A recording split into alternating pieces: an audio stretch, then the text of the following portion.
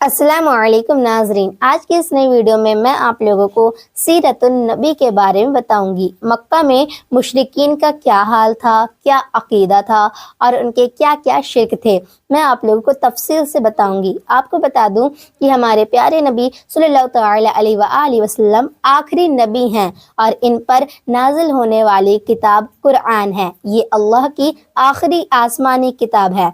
हालांकि हुजूर सल्लल्लाहु तआला अलैहि वसल्लम ही वो नबी हैं जिनके ज़रिए अल्लाह ताला ने हमें दुनिया में अच्छी ज़िंदगी गुजारने का तरीक़ा बता दिया है।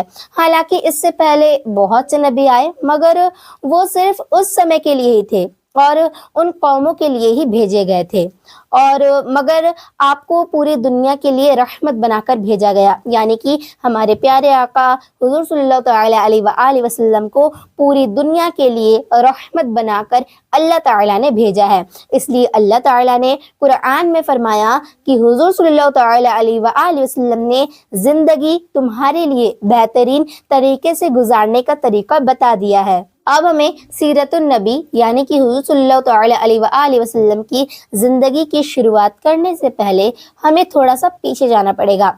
यानी कि मक्का का हाल क्या था और वो क्या अकीदा रखते थे, हमें पहले ये जानना पड़ेगा।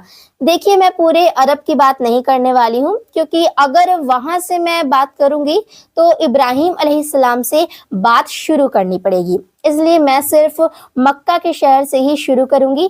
तो चलिए बताती हूँ। ये बात तो आप लोग जान चुके होंगे कि मक्का में आबादी का आगाज़ हज़रत इस्माइल अलैहिस्सलाम से हुआ था और उनके बाद काफ़ी हुक्मरान गुजरे थे। हालांकि इस्माइल अलैहिस्सलाम की वजह से हज़रत इब्राहीम अलैहिस्सलाम को मानने वाले और अल्लाह पर ईमान सबका था और वो तौहीद पर थे। फिर बहुत समय गुजरने के बाद उन्होंने इस तालीम को भुला दिया। हालांकि हज़रत इब्राहीम अलैहिस्सलाम की इकामत को भूले नहीं और तौहीद उनमें बाकी थी। अब बात करेंगे शिर्क की शुरुआत के बारे में। फिर एक शख्स जिसका नाम था अम्र इब्ने लूही वहां आया। हालांकि आपको बता दूं कि वो तौहीद पर ही था, हज़रत इब्राहीम अलैहिस्सलाम के सारे इकामत को भी मानता था, तो लोग भी उससे मोहब्बत करने लगे, उसको बड़ा आलिम मानने लगे। फिर उस शख्स ने मुल्क शाम का सफ़र किया तो उसने देखा कि वहाँ बुतों की पूजा की जा रही है। तो उसने सोचा कि ये तरीका भी अच्छा है, तो वो वहाँ से हुबल बुत ले आया और उसे खाना काबा में रख दिया। आपको बता दूं कि मुल्क शाम वो शहर है जहां बहुत से नबी आए और वहां अल्लाह ताला की आसमानी किताबें भी नाजिल हुई, इसलिए उसने ये बुतलाने का इरादा किया था। फिर उसको मक्का में रखने के बाद सबको इसके बारे में बताया कि ये इस तरीके से है, तो सबने इस पर लब्बैक कहा। इस तरह अरब में बुत परस्ती का आगाज हुआ और धीरे धीरे ऐसे ही बहुत सारे लोग बुत बनाने लगे। फिर उन्होंने ये तरीका बना लिया कि वो उन बुतों से मांगेंगे और उनका ये अकीदा था कि ये बुत अल्लाह ताला से सिफारिश करा देंगे, और जब हज करने का महीना आता तो उनके आगे सिर झुकाते और उनके आगे गिरते पड़ते और सिफारिश की दुआ करते थे।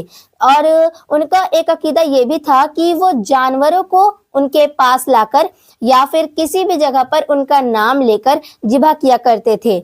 और उनका एक अकीदा ये भी था कि खाने पीने की चीज़ें, खेती वगैरह में से एक हिस्सा बुतों के नाम पर भी निकाल लेते थे। हालांकि एक हिस्सा अल्लाह के नाम पर भी निकालते थे। बस असल बात ये थी कि जब तंगी आती थी तो अल्लाह का जो हिस्सा था उसको बुतों के नाम करने के लिए राजी हो जाते थे, मगर बुतों का हिस्सा अल्लाह के नाम राजी नहीं होते थे।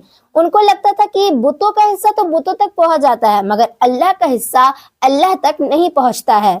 एक अकीदा ये भी था कि जब वो नियत करते थे तो बुतों का नाम लेते थे, अल्लाह का नहीं लेते थे। इसलिए उनके ऊपर खेती का सामान और सवारी पे सवार होना भी सही नहीं था, क्योंकि वो बुतों का नाम लेते थे।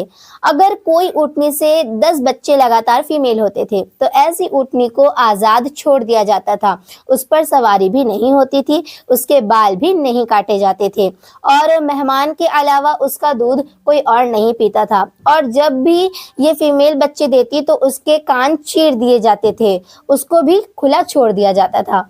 एक अकीदा ये भी था कि एक बकरी से जब 2-2 करके 10 फीमेल बच्चे होंगे तो वो माँ उन्हीं का जोड़ा बना देती थी। उसके बाद जो बच्चे बचे हुए होते थे उसे सिर्फ मर्द ही खा सकते थे, औरत नहीं खा सकती थी। अगर कोई बच्चा मुर्दा पैदा होता है तो उसको भी वो लोग खा लेते थे। हालांकि ये सब जानवरों के साथ इस अकीदे से करते थे कि उनको लगता था कि ये बुत उसकी वजह से अल्लाह ताला से हमारी सिफारिश करा देंगे। ये एक और चीज पर ईमान रखते थे जिन्हें नजूमी कहा जाता है। नजूमी ये बताया करते थे कि दुनिया में आगे क्या होने वाला है, क्या आने वाला है। नजूमी सितारों की रफ्तार देखकर ये अंदाजा लगाते थे। हालांकि इन सब बातों का मानना सितारों पर ईमान लाना है। बदसुगनी का भी अकीदा ये लोग रखते थे। आपको बता दूं, ये बदसुगनी पर भी ईमान रखते थे। जैसे एक चिड़िया या कोई परिंदा पास आते हैं और उसको भगाते हैं, अगर वो दाएं तरफ जाता है तो उसको अच्छा मानते हैं और अगर वो बाएं तरफ जाता है तो उसको बुरा मानते हैं। इसी तरह अगर कोई जानवर रास्ता काट देता है तो उसे मनहूसियत मानते हैं, बुरा मानते हैं।